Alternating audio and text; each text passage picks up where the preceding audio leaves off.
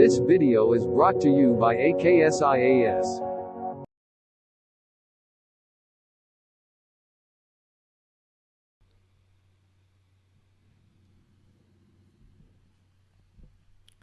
Hello everyone, welcome to AKSIAS. ఈరోజు class current affairs May 18, 2020. ప్రభుత్వ రంగ సంస్థలు ప్రైవేట్ చేతికి. మనకు ఫైనాన్షియల్ స్టిమ్యులస్ ప్యాకేజ్ ప్రకటించిన కేంద్ర మంత్రి ఒక 1 to 5 days 1 2 3 4 5 డేస్గా దీని గురించి ఒక్కో స్టెప్ ఎలా యూజ్ అవుతుంది, మీకు ఫస్ట్ రోజు ఏం చేశాను, సెకండ్ రోజు ఏం చేశాను చెప్తూ వచ్చారు. లాస్ట్గా 5th రోజు ఏం చేశారు కొన్ని చెప్పారు. సో 4th, 5th రోజు జరిగినవి స్ట్రక్చరల్ చేంజెస్ లేదా లాంగ్ టర్మ్ చేంజెస్. 1 2 3 రోజుల్లో జరిగినవి మనకు లిక్విడిటీ మెజర్స్, అంటే గవర్నమెంట్ కానీ లేదా ప్రైవేట్ ప్లేయర్స్కి కానీ, పర్టికులర్ ప్రైవేట్ ప్లేయర్స్కి, స్ట్రీట్ వెండర్స్కి లేదా హాస్పిటల్స్కి లేదా ఎంఎస్ఎంఈస్కి లేదా పిఎస్యూస్కి డబ్బులు ఎక్కడి నుంచి మీరు తెచ్చుకోవచ్చు అని ఇక్కడ చెప్పారనమాట. అంటే మీరు బ్యాంకుల నుంచి ఎంత తెచ్చుకోవచ్చు, మీకు స్టిమ్యులస్ ఎంత ఇస్తామో, లిక్విడిటీ మీ చేతులు ఎంత పెడతామో, మీరు ఎప్పుడు రుణాలు వెనక్కి తీసుకోవచ్చు అవి చెప్పారు. కానీ 4th, 5th రోజుల్లో మాత్రం స్ట్రక్చరల్ చేంజెస్ చేశారు. ఆ స్ట్రక్చరల్ చేంజెస్ ఏంటో మనం చూద్దాం.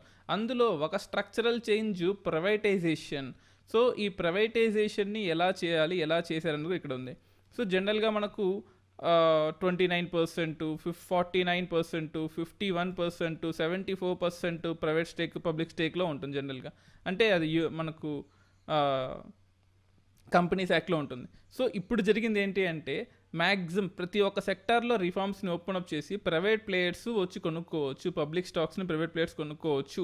సో ప్రైవేటైజేషన్ అయిపోయింది. అంటే సెకండ్ ఫార్మ్ ఆఫ్ ఎల్పిజి రిఫార్మ్స్ని నిన్న ప్రవేశపెట్టారని చెప్పేసి నిర్మలా సీతారామన్ చెప్పారు. మనం ఒకటి గుర్తుపెట్టుకోవాలి, మనకు క్యాపిటల్ రిసిప్ట్స్, రెవెన్యూ రిసిప్ట్స్ అని 2 ఉంటాయి. క్యాపిటల్ రిసిప్ట్ ఎప్పుడైనా మంచిది, రెవెన్యూ రిసిప్ట్ మంచిది కాదు. ఎందుకంటే ఇది మనకు రిగ్రెసివ్ ట్యాక్సేషన్ రూపంలో ఉంటుంది, ఇది స్ట్రక్చరల్ ట్యాక్సేషన్ రూపంలో ఉంటుంది. అంటే ఉన్నవాడి నుంచి ఎక్కువ తీసుకుంటుంది, లేని వాడి నుంచి తక్కువ తీసుకుంటుంది. కానీ రెవెన్యూ రిసిప్ట్ మాత్రం అలా కాదు, అందరి దగ్గర నుంచి ఈక్వల్గా తీసుకుంటుంది. సో లేదా దీన్ని రిగ్రెసివ్ అని కూడా అంటాం. ఇప్పుడు క్యాపిటల్ రిసిప్ట్ అనేది మనకు చాలా మంచిది, ఇంపార్టెంట్. ఏదైనా మాకు బిల్లింగ్ కట్టామనుకోండి, దాని నుంచి వచ్చే రెంట్ని మనం క్యాపిటల్ రిసిప్ట్ అనుకోవచ్చు. కానీ ఇప్పుడు ఏం చేసిందంటే, ఈ బిల్లింగ్ని అమ్మేసి డబ్బులు సంపాదించుకొని దాన్ని క్యాపిటల్ రిసిప్ట్లోకి మార్చి దాన్ని ఫ్యూచర్లో జరగబోయే ఇన్వెస్ట్మెంట్స్కి పెడతామని చెప్పి సెంట్రల్ గవర్నమెంట్ అనుకుంటుంది. సో మీరు ప్రైవేటైజేషన్ చేస్తే మంచిదే, కానీ ఉన్న స్టేక్స్ అన్నిటిని డిస్ఇన్వెస్ట్మెంట్ చేసి ఆ డబ్బుల్ని సంపాదించుకొని ఆ డబ్బులతో మళ్ళీ ఎకానమీని రన్ చేయడం అనుకోవడం మంచిది కాదు. ఓకే మంచిదే, కానీ చూడండి ఇక్కడ కోవిడ్ ఇష్యూలో మనకు ఆల్మోస్ట్ 2 to 3 months లాక్డౌన్ అయిపోయింది కాబట్టి మనకు ఎకానమీ లేదు, డిమాండ్ లేదు, డబ్బులు సప్లై లేదు. సో ఈ టైంలో physical stimulus important. 20 lakh crores అని చెప్పారు, కానీ 20 lakhs crores మీకు ఆర్టికల్ చూపిస్తుంది almost 16 to 17 lakh crores already మనకు బడ్జెట్లో అలొకేట్ చేసినవే మళ్ళీ రిపీట్ చేశారు. లిక్విడిటీ మెజర్స్ చేశారు. బ్యాంకుల దగ్గర నుంచి మీరు ఎంత తెచ్చుకోవచ్చు ఆ సెక్టర్స్ మాత్రమే ఉన్నాయి తప్ప సపరేట్గా మీరు ఎంత డబ్బులు ఇస్తారనేది కేవలం 3 to 4 lakh crores మాత్రమే ఉంది అని చెప్పేసి అపోజిషన్ పార్టీ వాళ్ళు అన్నారు. సో ఇక్కడ మనం గుర్తుపెట్టుకోవాల్సింది, ఈ డబ్బుల్ని సంపాదించుకోవడానికి ఉన్న ఆస్తులను అమ్మేయడం, పిఎస్యూస్లో స్టేక్స్ని డిస్ఇన్వెస్ట్మెంట్ చేయడం, కోల్ సెక్టర్లో కానీ కోల్ ఇండియా అలొకేషన్స్లో కానీ రకరకాలుగా చేస్తున్నారు. సో ఇది ఎంతవరకు మంచిదని చెప్పేసి అందరు క్వశ్చన్ చేస్తున్నారు. సో స్మాల్ అనౌన్స్మెంట్ మీకు తెలిసే ఉంటుంది. My name is Dinesh DVD. నేను యూపీఎస్సీ కోసం ఒక రేడియో స్టార్ట్ చేశాను, ఏపీఎస్సీ, టీఎస్పీఎస్సీ, మరి ముఖ్యంగా యూపీఎస్సీ కోసం. ప్రస్తుతం సీజన్ 2 episode 10 నడుస్తుంది. That is what is Arya scheme, attracting and retaining youth in agriculture. అంటే మనకు రివర్స్ మైగ్రేషన్ ద్వారా అర్బన్ ఏరియాస్ నుంచి రూరల్ ఏరియాస్కి వెళ్ళిపోయిన వాళ్ళందరూ అక్కడే ఉండి ఎలా ఎంప్లాయ్మెంట్ సంపాదించుకోవచ్చు, వాళ్ళు మళ్ళీ అర్బన్ ఏరియాస్కి రాకుండా ఏం చేయాలి, ఈ వీటన్నిటి గురించి ఉంటుంది. సో ఈ రేడియో పాడ్కాస్ట్ని మీరు గూగుల్ పాడ్కాస్ట్ యాప్లో, ప్లేస్టోర్ అయితే, యాపిల్ ఫోన్ అయితే యాపిల్ పాడ్కాస్ట్ యాప్లో, మీకు మ్యూజిక్ లవర్స్ అయితే స్పాటిఫై మ్యూజిక్ యాప్లో వినండి. మీరు రేడియోలో యూపీఎస్సీని వినడం ద్వారా మీరు ఈజీగా గుర్తుపెట్టుకుంటారు. మీరు ట్రావెల్ చేసేటప్పుడు కానీ, లేదా జిమ్ చేసేటప్పుడు, లేదా చదువుకునేటప్పుడు, మెడిటేషన్ చేసేటప్పుడు కూడా ఇది వింటూ చేయండి. It will definitely help you. ఇక చూడండి, దాని కంటిన్యూషన్గా ప్రభుత్వ రంగ సంస్థలు ప్రైవేట్ చేతికి వెళ్ళిపోయాయి. సో చాలామంది దీనికి అగెయిన్స్ట్గా ఉన్నారు. అఫ్కోర్స్ సిపిఐ, సిపిఎం వాళ్ళు అగెయిన్స్ట్గానే ఉంటారు. సో ఇది ఒక క్యాపిటలిస్టిక్ చర్య, కానీ క్యాపిటలిస్టిక్ చర్యలో మనకు స్ట్రక్చరల్ రిఫార్మ్గా ఉండాలి, కానీ కంప్లీట్గా ఇరెగ్యులర్ క్యాపిటలిజం జోలికి వెళ్ళకూడదని చెప్పేసి కూడా ఇన్సిస్ట్ చేశారు. అలాగే మనకు సూక్ష్మ, చిన్న, మధ్య తరహా పరిశ్రమలకు ఊతమిచ్చే కొన్ని చర్యల్ని దీనిలో చేర్చారు. సొంత రాష్ట్రాల బాటిన పట్టిన వలస కార్మికులకు పనులు చూపించడానికి వీలుగా గ్రామీణ ఉపాధి హామీ పథకాన్ని 40,000 కోట్లు పెంచారు. ఇదివరకు మనకు 60,000 కోట్లు ఆల్రెడీ 2020 బడ్జెట్లో 61,000 కోట్లు ఉంది. ఇప్పుడు మళ్ళీ దాన్ని 40,000 కోట్లకు పెంచారు. అంటే ఆల్మోస్ట్ 1,10,10,000 కోట్లు అనమాట. దీనివల్ల మనకు ఆల్మోస్ట్ ఇన్ని రోజులు మనకు 100 డేస్ మాత్రమే ఎంప్లాయ్మెంట్ గ్యారంటీ యాక్ట్ ఉండేది. దాన్ని ఇప్పుడు 300 డేస్కి మారుస్తున్నాము కొన్ని స్టేట్స్లో అని చెప్పారు. సో దానివల్ల అంటే మనం ఏమనుకున్నాము, మనకు లిక్విడిటీ అనేది కావాలి, మంచిది. ఈ లిక్విడిటీ పీపుల్ చేతికి వెళ్ళిపోయింది అనుకోండి, ప్రజల చేతిలోకి డబ్బులు వచ్చిందనుకోండి, వాళ్ళు కొత్త వస్తువులు కొంటారు, డిమాండ్ క్రియేట్ అవుతుంది. డిమాండ్ క్రియేట్ అయితే సప్లై నుంచి ప్రెజర్ వస్తుంది, కొత్తవి తయారు చేస్తారు. కొత్తవి తయారు చేయాలి అంటే ఎంప్లాయ్మెంట్ జనరేట్ అవ్వాలి. ఎంప్లాయ్మెంట్ జనరేట్ అవ్వాలంటే వీళ్ళే మళ్ళీ ఇందులో పార్టిసిపేట్ అవుతారు. ఈ సర్కిల్ని రన్ అవ్వాలి అంటే మనకు మనీ కావాలి. ఇన్ని రోజులు ఆ మనీ ఫ్రీగా ఇచ్చే బదులు ఇలా నరేగా స్కీమ్తో లింక్ చేయండి అన్నారు. సో ఇప్పటి నుంచి ఎంఎస్ఎంఈలు కూడా ఈ నరేగా స్కీమ్లో ఇన్వాల్వ్ అవ్వచ్చు. That is very very great thing ఈ గవర్నమెంట్ చేసింది. 4th, 5th డేలో చేసిన చేంజెస్లో చాలా మంచి చేంజ్ ఏంటంటే ఎంఎస్ఎంఈ వాళ్ళని, మనకు ఇంకా చెప్పలేదు, నరేగా వర్కర్స్ని ఎంఎస్ఎంఈలో కూడా ఇంక్లూడ్ చేశారు. ఇది చాలా చాలా మంచి పని. అలాగే 2020-21 ఆర్థిక సంవత్సరానికి రుణ పరిమితి వెసులుబాటు కల్పించారు. ఇన్ని రోజులు మనకు ఇక్కడ ఒక ఆర్టికల్ చూడండి, మనకు ఇక్కడ చూడొచ్చు మీరు, 22,102 కోట్లు ఎఫ్ఆర్బిఎం పరిమితి దాటి 5% పెంచారు. ఇన్ని రోజులు మన జీడిపి లేదా స్టేట్స్ పరంగా చూసుకుంటే జిఎస్డిపి అంటాము, గ్రాస్ స్టేట్ డొమెస్టిక్ ప్రోడక్టు. ఇది కేవలం 3% ఆఫ్ జిఎస్డిపి మాత్రమే. మీరు అప్పులు తీసుకొని మీ స్టేట్ని రన్ చేయొచ్చు. మీ స్టేట్ బాగా పర్ఫామ్ చేస్తుంది. మీరు 15th ఫైనాన్స్ కమిషన్ రికమెండేషన్స్ లేదా 14th ఫైనాన్స్ కమిషన్ రికమెండేషన్స్ మరి ముఖ్యంగా మీరు ఫాలో అవుతున్నారు అనుకోండి, మీకు 3.5% వరకు కూడా ఎఫ్ఆర్బిఎం లిమిట్ ప్రకారం మీరు అప్పు చేయొచ్చు. కానీ అన్ని స్టేట్స్ దాన్ని ఇప్పుడు 5%కి పెంచండి అని చెప్తున్నాయి. ఓకే, ఇటువంటి క్రైసిస్ టైంలో 5%కి పెంచవచ్చు, మంచిదే. కానీ సెంట్రల్ గవర్నమెంట్ ఈ 5%కి చెయ్యాలి అంటే కొన్ని కండిషన్స్ పెట్టింది. కండిషన్స్ అప్లై లాగా కొన్ని కండిషన్స్ పెట్టింది. ఆ కండిషన్స్ ఏంటి అనేది చూద్దాం ఇప్పుడు మనము. ఆ కండిషన్స్లో ఫస్ట్ కండిషన్ మనం చూసుకున్నట్లయితే 1 నేషన్ 1 కార్డ్. 1 nation 1 card. మనకు మైగ్రేషన్ తెలిసే ఉంటుంది, మైగ్రేషన్, రివర్స్ మైగ్రేషన్. సో మనకు మైగ్రేషన్ అంటే మనకు రూరల్ ఏరియాస్ నుంచి అర్బన్ ఏరియాస్కి వెళ్తే మైగ్రేషన్ అంటాం, అర్బన్ ఏరియాస్ నుంచి రూరల్ ఏరియాస్కి వెళ్తే రివర్స్ మైగ్రేషన్ అంటాం. నేను చేసిన రేడియో ఎపిసోడ్లో ఈ రివర్స్ మైగ్రేషన్ ఎలా ఆపాలని ఒక ఎపిసోడ్ చేశాను. ఈ మైగ్రేషన్ మళ్ళీ జరగకుండా ఉండాలంటే ఏం చేయాలని చెప్పేసి రీసెంట్ ఎపిసోడ్ చేశాను, అది వినండి ఒకసారి. సో ఈ మైగ్రేషన్, రివర్స్ మైగ్రేషన్లో మనము ఈ రూరల్ ఏరియాస్లో ఉన్న పాపులేషన్ రూరల్ ఏరియాస్లోనే ఉండాలి అంటే, లేదా రూరల్ ఏరియాస్లో ఉండే పాపులేషన్ అర్బన్ ఏరియాస్కి వెళ్ళారు. ఇక్కడ రూరల్ ఏరియాస్లో ఉండే వాళ్ళకి మనకు ఆధార్ కార్డుతో పాటు రేషన్ కార్డు కూడా ఉంటుంది. ఈ రేషన్ పప్పు కానీ లేకపోతే ధాన్యం కానీ చక్కెర కానీ వీళ్ళకి సోర్స్ సిటీ లేదా వీళ్ళది ఏ ఊరైతే సొంత ఊరు ఉందో అక్కడ మాత్రమే ఇస్తారు, అర్బన్ ఏరియాస్లో ఇవ్వరు. కానీ ఇప్పటి నుంచి వీళ్ళు ఏ స్టేట్కి అయితే వెళ్తున్నారో ఆ స్టేట్లో కూడా వీళ్ళకి రేషన్ ఇవ్వాలి. ఒక ఇద్దరు ఊర్లో ఉండిపోయారు, ఒక ఇద్దరేమో ఒకే ఫ్యామిలీకి సంబంధించిన ఇద్దరేమో అర్బన్ ఏరియాస్కి వచ్చారు. ఈ ఇద్దరు ఇక్కడ తీసుకోవచ్చు, మిగతా ఇద్దరు ఇక్కడ తీసుకోవచ్చు. అంటే ఇద్దరేమో అర్బన్ ఏరియాలో తీసుకోవచ్చు, ఇద్దరేమో రూరల్ ఏరియాలో తీసుకోవచ్చు. సో ఇటువంటి ప్రొవిజన్ని కనుక మీరు మీ స్టేట్స్లో ఒప్పుకుంటే ఒక 0.5% ఎక్స్ట్రాగా ఇస్తాము. ఇది ఫస్ట్ కండిషన్. సెకండ్ కండిషన్ ఉందన్నమాట. సెకండ్ కండిషన్ ఏంటంటే ఈజ్ ఆఫ్ డూయింగ్ బిజినెస్ చేయాలి. మీ స్టేట్స్లో ఈజ్ ఆఫ్ డూయింగ్ బిజినెస్ కనుక మీరు ఒప్పుకోవాలి. అంటే ఈజ్ ఆఫ్ డూయింగ్ బిజినెస్లో మీరు రెడ్ బ్యూరోక్రసీని తీసేసి, రెడ్ టేపిజంని తీసేసి, రెడ్ కార్పెట్ వేయండి, మంచిదే.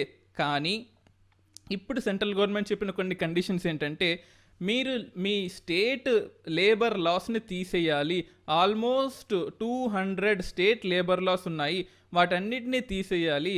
మీరు 8 అవర్స్ నుంచి, అంటే ఒక రోజులో 8 అవర్స్ పని చేయాల్సిన మీ లేబర్స్ని 12 అవర్స్కి మార్చండి. వాళ్ళకి సెక్యూరిటీ ఇవ్వద్దు, జాబ్ సెక్యూరిటీ తీసేయండి. ఇంకా రకరకాల స్ట్రింజెంట్ కండిషన్స్ పెట్టి ఈ కండిషన్స్కి మీకు ఓకే అంటేనే మీకు ఇంకో 0.5% పెంచుతాము, 0.5% నుంచి 1% పెంచుతాము. ఇది సెకండ్ కండిషన్. థర్డ్ కండిషన్ కూడా ఉంది. థర్డ్ కండిషన్ ఏంటంటే ఎలక్ట్రిసిటీ సెక్టార్ రీఫార్మ్స్. చూడండి ఇక్కడ కంటిన్యూషన్గా ఉంది, ఎలక్ట్రిసిటీ సెక్టార్ రీఫార్మ్స్. ఈ ఆర్టికల్లో కూడా దాని గురించి ఉందన్నమాట. సో ఇంకా చెప్పాలంటే ఈ ఆర్టికల్ ఉంటుంది, మీరు పెట్టిన కండిషన్స్ అన్ని తీసేస్తే మీరు ఇచ్చిన 20 లక్షల కోట్లు కాదండి 3.22 లక్షల కోట్లు అని చెప్పి కాంగ్రెస్ గవర్నమెంట్ దీన్ని ఎద్దేవా చేసింది.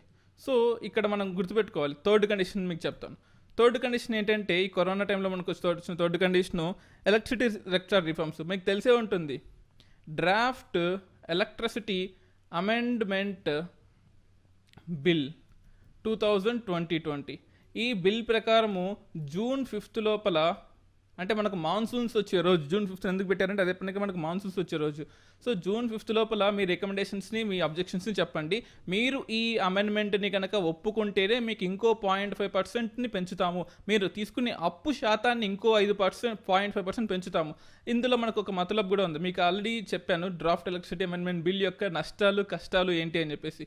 అంటే మనకు 20% రెన్యూబుల్ సోర్సెస్ నుంచే కొనుక్కోవాలి మన ఎలక్ట్రిసిటీ అనేది. తెలంగాణ లాంటి స్టేట్స్కి చాలా కష్టం, ఎందుకంటే ఇక్కడ విండ్ ఎనర్జీ లేదు, సోలార్ ఎనర్జీ తక్కువగా ఉంది, జియోథర్మల్ ఎనర్జీ లేదు, వేవ్ ఎనర్జీ లేదు, టైడల్ ఎనర్జీ లేదు. ఇటువంటి తెలంగాణ స్టేట్స్కి చాలా కష్టం. ఆంధ్ర లాంటి స్టేట్స్ అనుకోండి, మనకు నార్త్ వెస్ట్ మాన్సూన్స్లో విండ్ ఎనర్జీ వస్తుంది, పక్కనే సీషోర్ నుంచి మనకు వేవ్ ఎనర్జీ తీసుకోవచ్చు, థర్మల్ ఎనర్జీ ఉంది, రేడియో యాక్టివ్ ఎనర్జీ ఉంది. సో అలా కొన్ని స్టేట్స్కి మంచిది, కొన్ని స్టేట్స్కి మంచిది కాదు. అలాగే డైరెక్ట్ బెనిఫిట్ ట్రాన్స్ఫర్ని ఫాలో అవ్వాలి. ఇప్పటి నుంచి మీకు మామూలుగా అంటే మనకు డిస్ట్రిబ్యూషన్ కంపెనీస్కి ఇచ్చే డిస్కౌంట్లు ఉండవు అని చెప్పింది. ఈ కండిషన్ని కూడా ఒప్పుకుంటే ఇంకో 0.5% పెంచుతాము. Last condition, fourth condition, urban local bodies యొక్క రెవెన్యూ రిఫార్మ్స్ చేయాలి. అర్బన్ లోకల్ బాడీస్ అంటే మీ స్టేట్లో ఉండే అర్బన్ సిటీస్ ఏవైతే ఉన్నాయో వాటి మీద మీరు బాండ్స్ ఇష్యూ చేయాలి, మీరు ట్యాక్సులు పెంచాలి, ప్రాపర్టీ ట్యాక్సులు పెంచాలి, వాటర్ ట్యాక్సులు పెంచాలి, శానిటేషన్ ఒప్పుకోవాలి, మీరు వేస్ట్ సెగ్రిగేషన్ చేయాలి. ఇవన్నీ చేస్తేనే ఇంకో 0.5% పెంచి మీ స్టేట్ అలిగేషన్స్ని 3 నుంచి 5% వరకు మేము ఒప్పుకుంటాము. అంటే మీరు బయట నుంచి అప్పులు తీసుకోవాలన్నా సరే, మీరు ఎఫ్ఆర్బిఎం నుంచి తరఫున అప్పులు తీసుకోవాలన్నా సరే, మీరు నాబార్డ్ నుంచి అప్పులు తీసుకోవాలన్నా, ఆర్బీఐ నుంచి అప్పులు తీసుకోవాలన్నా, వేరే స్టేట్ నుంచి అప్పులు తీసుకోవాలన్నా, ప్రైవేట్ ప్లేయర్స్ అంటే మీ స్టేట్లో ఉన్న ప్రజల దగ్గర నుంచి అప్పులు తీసుకోవాలన్నా సరే ఈ కండిషన్స్ని ఫుల్ఫిల్ చేస్తేనే మీరు అప్పులు తీసుకోవచ్చు అని చెప్పేసి కూడా ఈ ఆర్టికల్లో మనకుంది. నెక్స్ట్ అలాగే ఇంకో ఆర్టికల్ కూడా ఉంది, బంగ్లా తీరం వైపు అంపన్ తుఫాను అని వస్తుంది. మనకు ఇండియాలో మీకు ఇక్కడ ఆర్టికల్ చూపిస్తాను చూడండి. ఇండియాలో మనకు ఈ సదరన్ పార్ట్లో మనకు హాట్నెస్ ఎక్కువ ఉంటుంది. అంటే ఇన్ని రోజులు ఫిబ్రవరి, మార్చి, ఏప్రిల్, మే, జూన్ ఈ మంత్స్లో మనకు హాట్నెస్ ఎక్కువ ఉంటుంది. ఎందుకంటే ఇవి ట్రాపికల్కి దగ్గరగా ఉన్న రీజియన్స్. సో ఈ రీజన్స్లో మనకు వామ్నెస్ ఎక్కువ ఉంటుంది. హాట్ ఉంటే వామ్నెస్ ఎక్కువ ఉంటే ఎవాపరేషన్ ఉంటుంది. మనకు at the same time molecules అన్నీ కూడా, వాటర్ మాలిక్యూల్స్ అన్నీ కూడా డిస్పర్స్ అయిపోతే మనకు లో ప్రెజర్ క్రియేట్ అవుతుంది. లో ప్రెజర్ క్రియేట్ అయితే విండ్స్ అన్నీ కూడా ఆ ఏరియాకి అట్రాక్ట్ అవుతాయి. విండ్స్ అన్నీ ఆ ఏరియాకి అట్రాక్ట్ అయిపోతే ఇక్కడ జరిగే కోరియాలిస్ ఫోర్స్ వల్ల విండ్ మొత్తం కూడా ఇలా స్పిరిలింగ్ ఎఫెక్ట్ జరిగి ఒక సైక్లోన్గా ఫామ్ అవుతుంది, వాయుగుండం తుఫాన్గా అలా మారుతూ ఉంటుంది.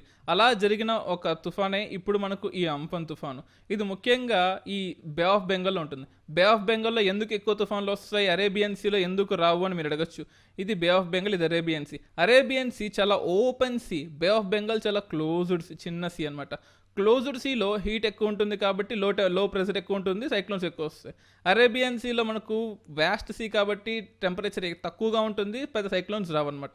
జనరల్గా మనకు 1 సైక్లోన్ అరేబియన్ సీలో వస్తే 3 సైక్లోన్స్ మనకు బే ఆఫ్ బెంగాల్లో వస్తాయి. ఇది గుర్తుపెట్టుకోవాలి మనకు. కానీ ఇక్కడ ప్రిడిక్షన్స్ ఏంటంటే ఇది ఆంధ్ర కోస్ట్ కాకుండా ఇది ఇక్కడ ఫామ్ అయినప్పటికీ కూడా ఇది ఆంధ్ర కోస్ట్ని దాటి ఒడిస్సా కోస్ట్, బెంగాల్ కోస్ట్కి వెళ్ళే ప్రమాదం ఉంటుంది. ఫస్ట్ రోజు కాబట్టి ఇలా ఉంది, కానీ ఇంకో 2 to 3 డేస్లో ఇది ఒరిస్సా, బెంగాల్ కోస్ట్కి వెళ్ళే అవకాశం ఉంటుంది. ఆంధ్ర ప్రజలు దీని వల్ల భయపడాల్సిన అవసరం ఏమీ లేదు అని చెప్పేసి కూడా అంటున్నారు. కానీ ఒకటి మాత్రం నిజం, ఈ ఎల్జీ పాలిమర్స్ గ్యాస్ లీక్ కనుక ఈ రోజు జరిగినట్లయితే లేదా జరిగేది కాస్త డిలే అయినట్లయితే ఈ ఇంపాక్ట్ వల్ల ఈ అట్మోస్ట్ మనకు ఇన్ని రోజులు మనకు 8 kilometers వరకు మాత్రం ఎఫెక్ట్ ఉంది. కానీ ఈ తుఫాను ఒక 3-4 days లేదా 1 week ముందు వచ్చినట్లయితే దీని ఇంపాక్ట్ 80 to 90 kilometers వరకు కూడా ఉంటుంది. థ్యాంక్ గాడ్ మనకు ఆ టైంలో మనకు సైక్లోన్ రాలేదు.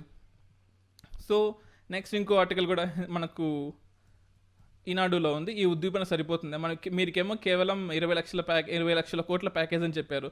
కానీ అందులో మీరు ఇక్కడ చూడొచ్చు కేవలం 3.22 lakh crore ప్యాకేజ్ మాత్రమే ఇది. మిగతాదంతా కూడా లిక్విడిటీ మెజర్స్ మాత్రమే. అంటే మీరు ఇక్కడికి వెళ్ళి డబ్బులు తీసుకోండి, మీరు ఎస్బీఐలో డబ్బులు తీసుకోండి, మీరు బ్యాంకింగ్ సెక్టర్ నుంచి తీసుకోండి, మీరు ఎంఎస్ఎంఈలో మీకు ఒక 10,000 కోట్లు కేటాయిస్తాము, మీకు అగ్రికల్చర్ నుంచి ఒక 5,000 కోట్లు కేటాయిస్తాము, అలా ఇస్తున్నారే తప్ప పర్ఫెక్ట్గా మనీ ఇస్తామన్నాం ఎక్కడా ఇవ్వలేదు. దాని గురించి ఆర్టికల్ ఉందన్నమాట. చూడండి, 20,97,000 కోట్ల ప్యాకేజీ చూపుగా ఉన్నా కానీ అది ఖజానా ఖజానా మీద పడే వ్యవహారం కేవలం 1.1%, అంటే దాదాపు 2,17,000 కోట్లు మాత్రమే మీరు ఇస్తున్నారు. అంటే కాంగ్రెస్ గవర్నమెంట్ దాని 3.32 ల్యాక్స్ ఉంది, కానీ ఇక్కడ మాత్రం దాన్ని కేవలం ఇక్కడ ఇచ్చిన ఆథర్ మాత్రం దాన్ని 2.17 అంటే 2,17,000 కోట్లు మాత్రమే అని చెప్పారు. సో అంటే ఇది లిక్విడిటీ మెజరు, మీకు డబ్బులు ప్రింట్ చేసి ఇవ్వట్లేదు, కేవలం అక్కడ డబ్బులు ఉన్నాయి, మీరు అక్కడికి వెళ్ళి తీసుకోవచ్చు. స్ట్రీట్ వెండర్స్ 10,000 కోట్లు అని చెప్పారు, అలా ఒక్కో సెక్టర్కి ఒక్కో డబ్బులు అని చెప్పారు. కానీ ఇది ఆల్రెడీ 2020 బడ్జెట్లో ఇచ్చినదే కదా, మళ్ళీ మీరు సపరేట్గా ఏమి ఇస్తున్నారని చెప్పేసి ఈ ఆర్టికల్ దాన్ని కొంచెం క్రిటిసైజ్ చేస్తుంది. అలాగే ఎన్నో యుద్ధాలు పెట్టుగా పెను విధ్వంసం సృష్టిస్తున్న కరోనా వల్ల ప్రపంచ జీడిపిలో 10% దాకా కోసుకుపోతుందని, 24.2 కోట్ల ఉద్యోగాలకి ఎసరు రానుందని ఏషియా డెవలప్మెంట్ బ్యాంక్ చెప్పింది. మీకు 16th ఒక ఆర్టికల్ చెప్పాను, ఏషియా డెవలప్మెంట్ బ్యాంక్ ఇచ్చిన ఒక నివేదిక చెప్పాను. ప్రపంచం మొత్తం కూడా 24.2 crores ఉద్యోగాలు పోతాయి.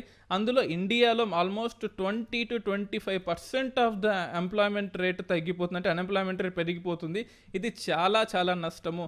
మరీ ముఖ్యంగా సాఫ్ట్వేర్ ఇండస్ట్రీ దగ్గర నుంచి, అంటే ఈ సాఫ్ట్వేర్ ఇండస్ట్రీ ఏమి దీనికి అపోహ కాదు, సాఫ్ట్వేర్ ఇండస్ట్రీ నుంచి మనకు ఎంఎస్ఎంఈ సెక్టర్లో పనిచేసే వాళ్ళు, అగ్రికల్చరల్ లేబర్స్ కూడా నష్టం గురవుతున్నారని చెప్పేసి ఈ ఆర్టికల్లో ఉందన్నమాట.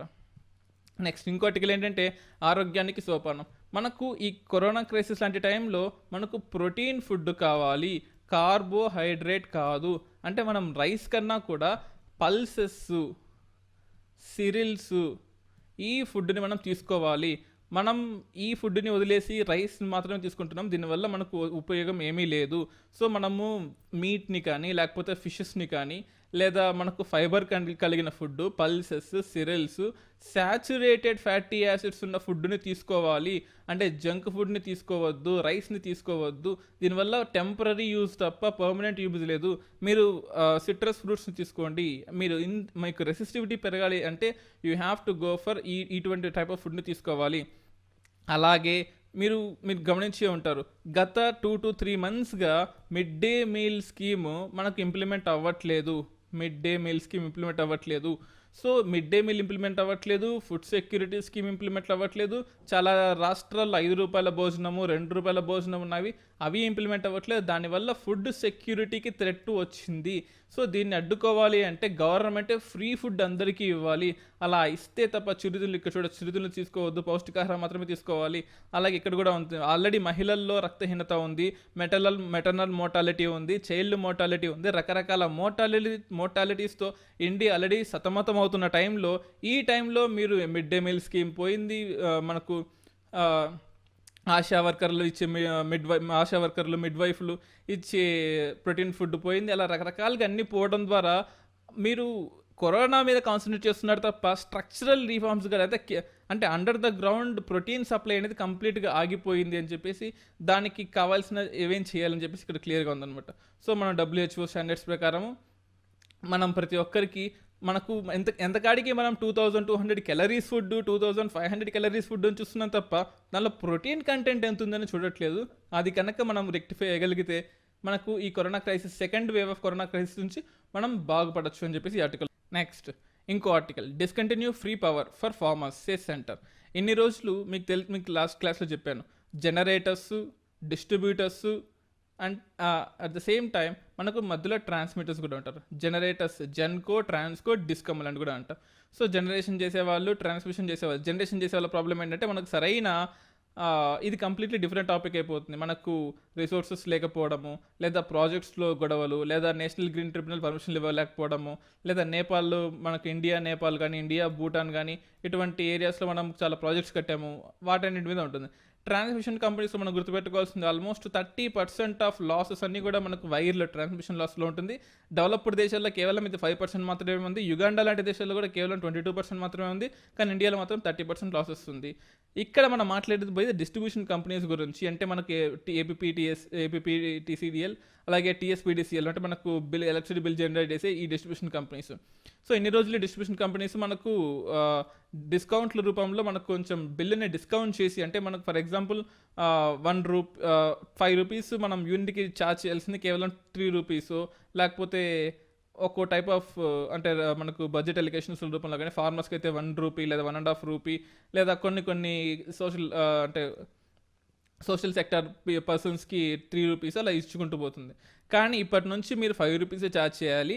మేము ఆ సెంట్రల్ గవర్నమెంట్ ఆ మనీని, అంటే సెంట్రల్ గవర్నమెంట్ ఇవ్వద్దు, స్టేట్ గవర్నమెంట్స్ ఆ మనీని డీబీటీ రూపంలో, డైరెక్ట్ బెనిఫిట్ ట్రాన్స్ఫర్ రూపంలో మీరు వెనక్కి ఇచ్చేయాల మనీ అని చెప్పేసి కూడా ఉంది. దానివల్ల మనకు టెంపరరీ లాసెస్ ఉన్నాయి. అంటే స్టేట్ గవర్నమెంట్స్ యొక్క ఈఆర్సీ అపాయింట్మెంట్లో కానీ, లేదా మనకు డిస్ట్రిబ్యూషన్ కంపెనీస్లో కానీ, at the same time technical and commercial లాసెస్లో కానీ మనకు స్టేట్ గవర్నమెంట్స్ యొక్క పోతుంది. సెంట్రల్ గవర్నమెంట్ యొక్క పెత్తనము, అజామాయిషి వస్తుందని చెప్పేసి చాలా స్టేట్ గవర్నమెంట్స్ దీని మీద అడ్డుపడుతూ ఉన్నాయి. మీరు ఇక్కడ చూడొచ్చు, there is one more article, farm gate in focus.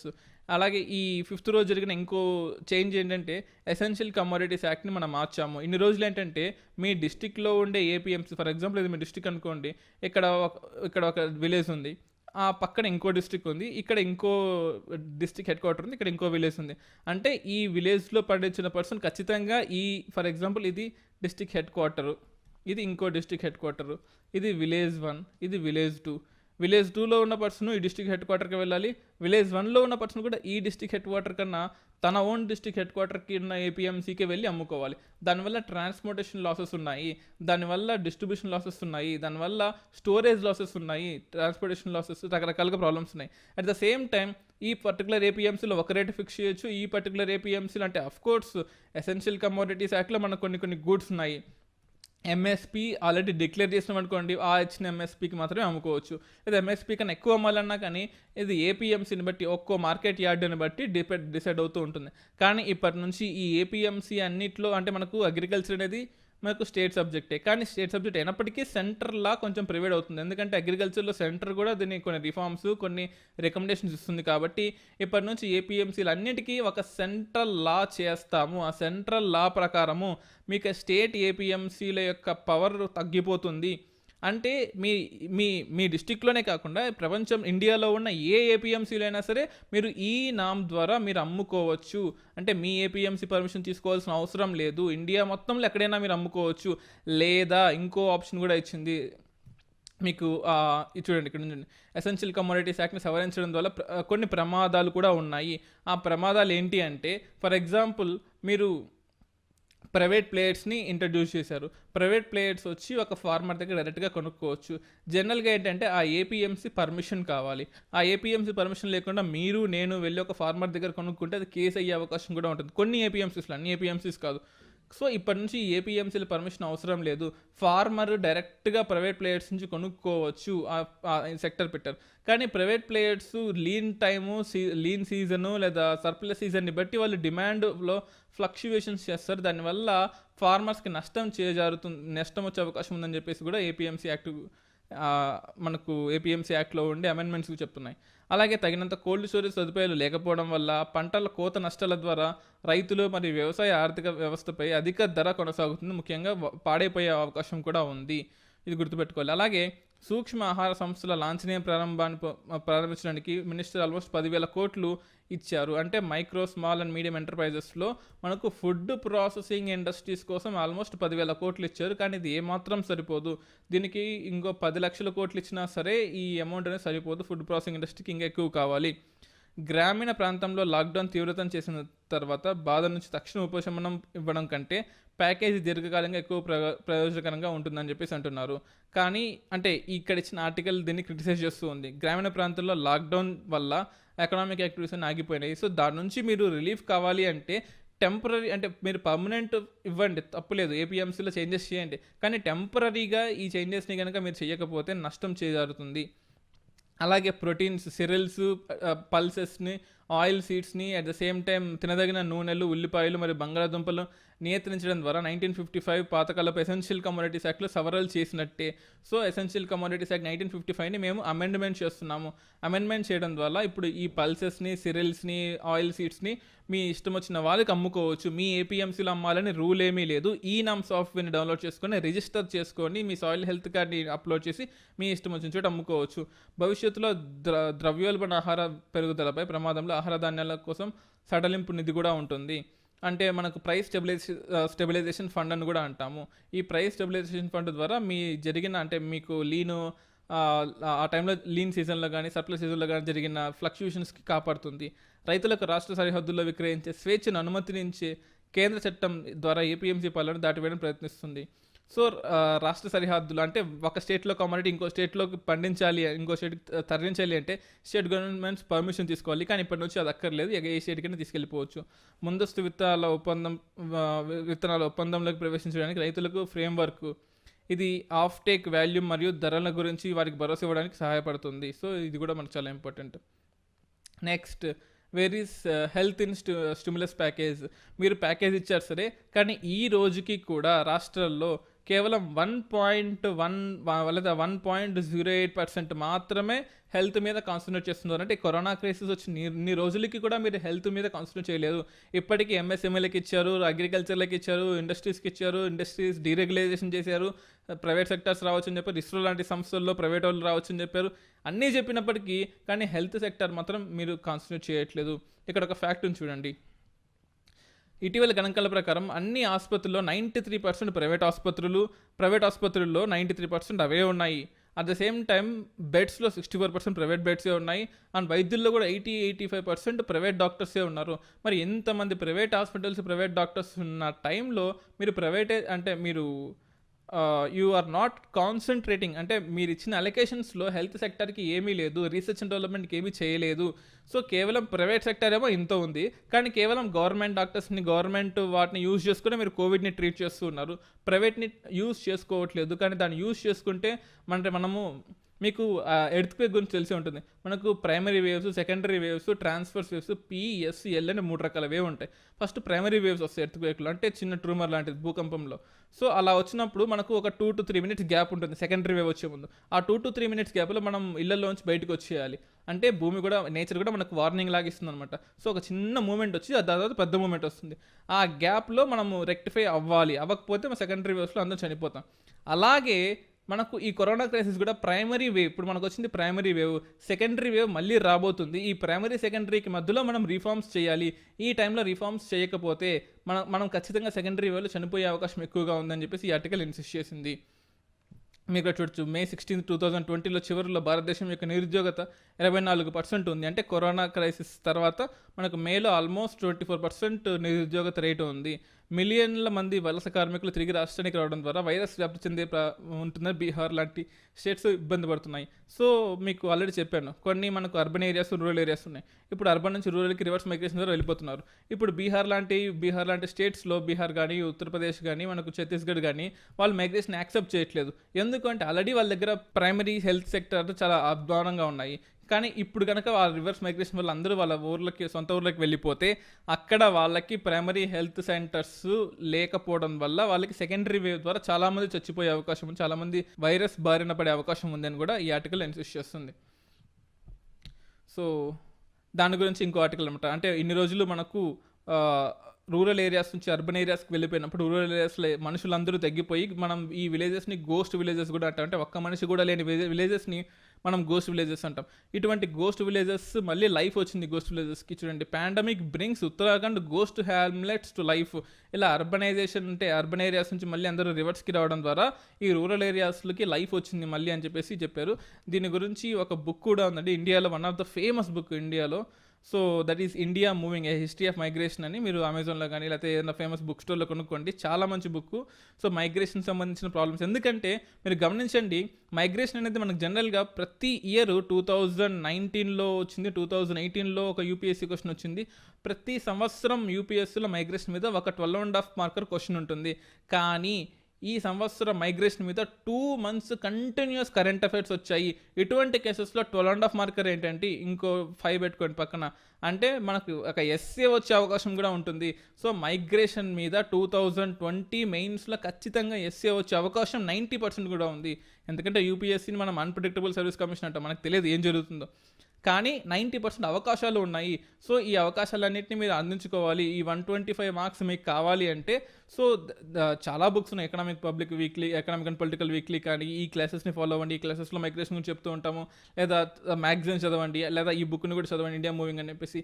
ఇటువంటి బుక్స్ని మీరు చదివితే మీరు ప్రాక్టికల్గా ఏం మిస్ అవుతున్నారు, న్యూస్ పేపర్స్లో చెప్పినవి ఇన్సిస్ట్ చేయడానికి ఈ ఆర్టికల్, ఈ బుక్స్ చాలా యూజ్ అవుతాయి.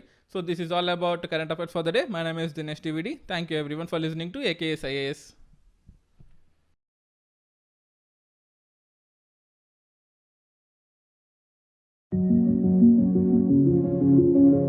This video is brought to you by AKSIAS.